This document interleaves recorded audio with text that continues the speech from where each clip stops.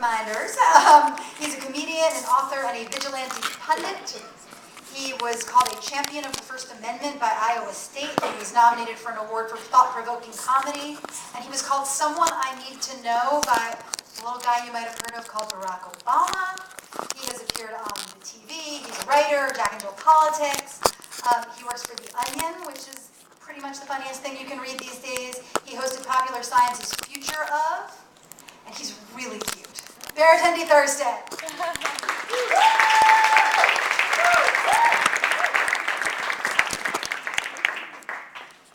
What's up, y'all? How you doing? You hear me all right? Yeah, I said, how you doing? All right. That's more like it. I'm about to slam some stories here. My name is Baratunde Thurston, and I pulled off the perfect proposal. My proposal story begins where my mother's life ended in October 2005. She passed away from colon cancer, and the disease came back with a vengeance in the summer months ahead of that while she lived in Portland, Oregon, a city she knew briefly but well, and it loved her back just as much. My sister and I flew out there that summer to DEFCON 5 status to defend and advocate on her behalf, going to specialists, going to doctors, spending way too much time in hospitals, and one we found actually unlikely, full of love. We spent a long time in this cancer ward. We bonded with one of the other families down the hall, also with a brother and sister fighting to save their parent. In between hospital visits across the country, my mother said, you gotta get me out of here. You gotta take me to the water. And that had special meaning for our family because every Thanksgiving we have a tradition of going to the water, some large body, whether it's a lake, a river, a puddle, whatever is closest by, that's what we do. So we tucked our mother into the back seat of the official family car, the Isuzu Trooper. We padded it and strapped her up with multiple seatbelts so she wouldn't go flying around in her state. And we headed northwest toward Astoria, Oregon, 100 miles away up the coast. Along the way, it was a gray day. It was a little somber outside, but full of light inside. We stopped at one place which promised elks grazing. No such elk were to be found. We stopped in the town of Astoria for food, picked up some fresh fish to eat once we got to the beach. And then we got to the road that takes you to the beach, but we could never find visual access that wasn't impeded by a ginormous sand dune a stage 4 colon cancer patient was unable to surmount. So we paced up and down in the car looking for some sort of access to the water. And as our patience with each other reached its end, we found an unmarked road which led directly to the sea. We drove the car, positioned it so our mother could look out the back seat. We blasted Tina Turner in the front seat. We ate the fish. We talked shit. It was beautiful.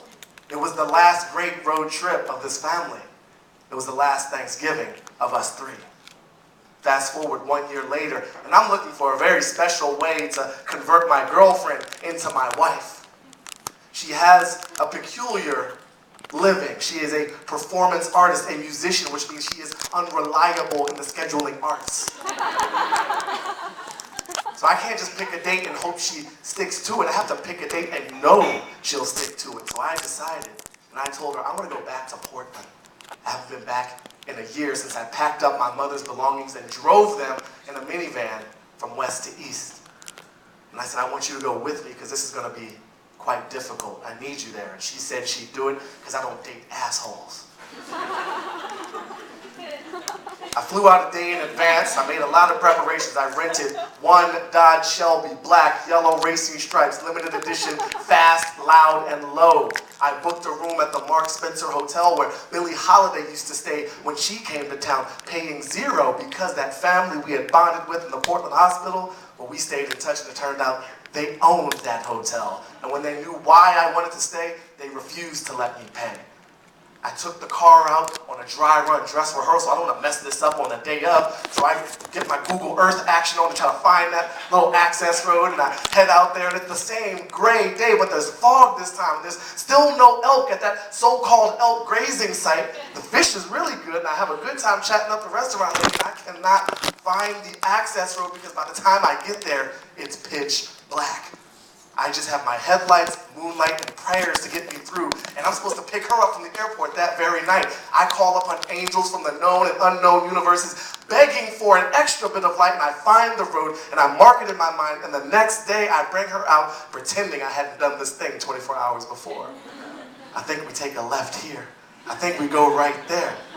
The difference on this day, the third time, is the charm. Full sun, no clouds, snow, glistening, car humming, elk in the dozens.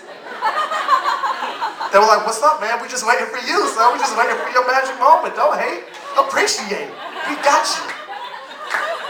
I go back to that restaurant, and unfortunately, small loose end, the same waitress from dress rehearsal day is working on live action day.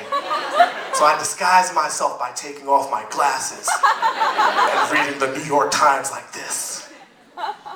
We get to the ocean road. I pretend I can't find the access road. I drive us out to the ocean. We get out the car. We walk down the beach. I drop to one knee. I present the ring, and I say to her, 1 year ago in this very spot, I was about to lose a member of my family, and today I brought you here to ask you to join it. Will you marry me?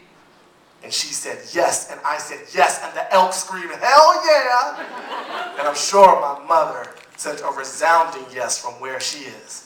And she called her mother and said, Ma, guess what? And her mother said, congratulations. I know, baby. He flew down here 6 months ago to get our permission and blessing, and I had to keep this secret for 6 months, so it's about damn time. And she called her best friend, and her best friend said, congratulations. I know. We've been talking for the past few months to figure out exactly which gemstone most suited you.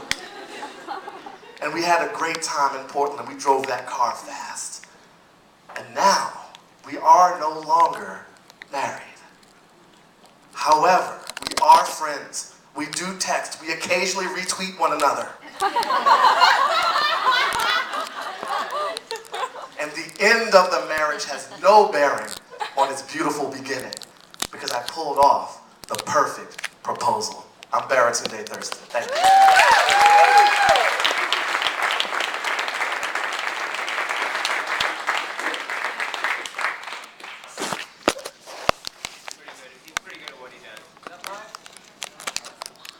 What we heard.